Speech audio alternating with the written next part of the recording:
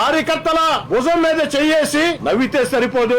ఓ రాజకీయ కార్యకర్త, రాజకీయ నాయకుడికైనా పార్టీకైనా అత్యంత ముఖ్యం ఆ రాజకీయ వ్యామోహం వెనుక, ఆ తెల్ల సొక్క వెనుక, ఆ రాజకీయంగా తిరిగే కార్యకర్తల ఇంట్లో ఉండే బాధలు, నష్టాలు, కష్టాలు, కన్నీళ్లు నా జీవితంలో అనుభవించాను. కాబట్టి కేవలం కార్యకర్తల్ని భుజం తట్టి శభాష్ అంటే కుదరదు. జెండా మోసేదని కార్యకర్త, పోలింగ్ బూత్ లో ఏజెంట్ కార్యకర్త, నాయకుడు వీధుల్లోకి పోతే జనాల్ని సమీకరించేదానికి కార్యకర్త, ఎన్నికలు వస్తే నాయకుడికి జిందాబాదులు చెప్పేది కార్యకర్త, కార్యక్రమం విజయవంతం కావాలంటే కార్యకర్త, పార్టీ కార్యక్రమాలకు పిలుపునిస్తే విజయవంతం చేసేది కార్యకర్త.